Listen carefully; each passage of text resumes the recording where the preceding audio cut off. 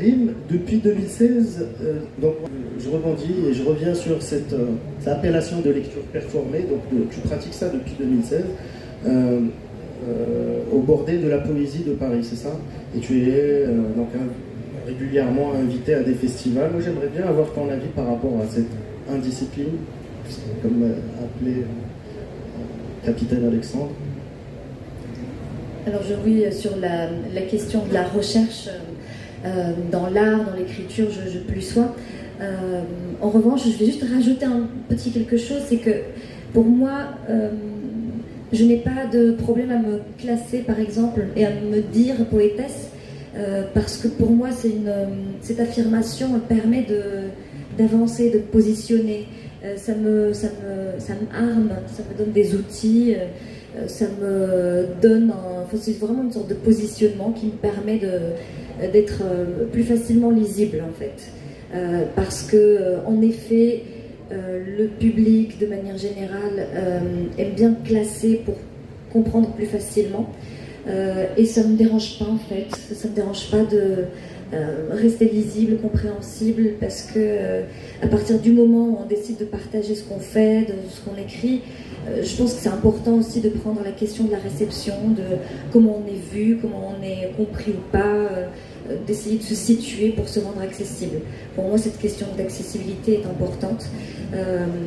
Et puis oui, une des choses par laquelle j'essaie de rendre la poésie accessible à ma mesure, c'est à la fois les ateliers d'écriture, j'en anime régulièrement, mais aussi la lecture publique, et entre autres avec le Bordel de la Poésie, qui est un événement qu'on anime, qu'on organise régulièrement à Paris, dans des lieux, c'est un événement itinérant. Et donc c'est un cabaret immersif où les poètes et poétesses sont costumés et on lit nos poèmes et nos textes en tête-à-tête. Donc les personnes du public peuvent venir nous voir, choisir la personne avec qui elles veulent avoir une lecture, moi ou Marc-Alexandre ou Rak, et on s'isole ensuite et on fait des lectures en tête-à-tête. Et c'est très particulier comme dispositif parce que ça désacralise la poésie, la figure du poète. On imagine les poètes et poétesses comme des êtres un peu aériens, très étranges, très mystérieux, et alors que là, ils sont accessibles en fait, on peut les attraper et les avoir rien que pour nous pendant un temps.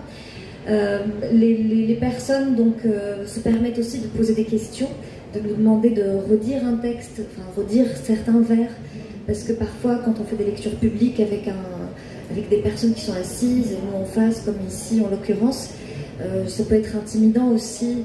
On est dans le public, parfois on n'a pas entendu, on n'a pas compris, etc. Alors qu'en tête-à-tête, les personnes se permettent de nous faire redire, relire, expliciter un propos. Et ça transforme une écriture aussi, parce que depuis que je performe au Bordel de la Poésie, je travaille justement la question de la lisibilité, la musicalité aussi du texte, parce que contrairement à Rock par exemple, j'ai commencé, je destinais vraiment mes textes au livre, je ne m'imaginais même pas les dire, les déclamer en fait. Et puis le fait de les déclamer maintenant conditionne complètement ma façon d'écrire. Maintenant j'écris et ma première المشكل الاول اللي كيطرح عليا هو انه كي غادي تقرا هذاك كي غندير نقراه داك اللي غاد لا بيرسون اللي غادي تسمعني واش يعجبها الحال ولا لا واش غادي غنقنعها بطريقه او باخرى. Il faut toucher le cœur, pas l'oreille.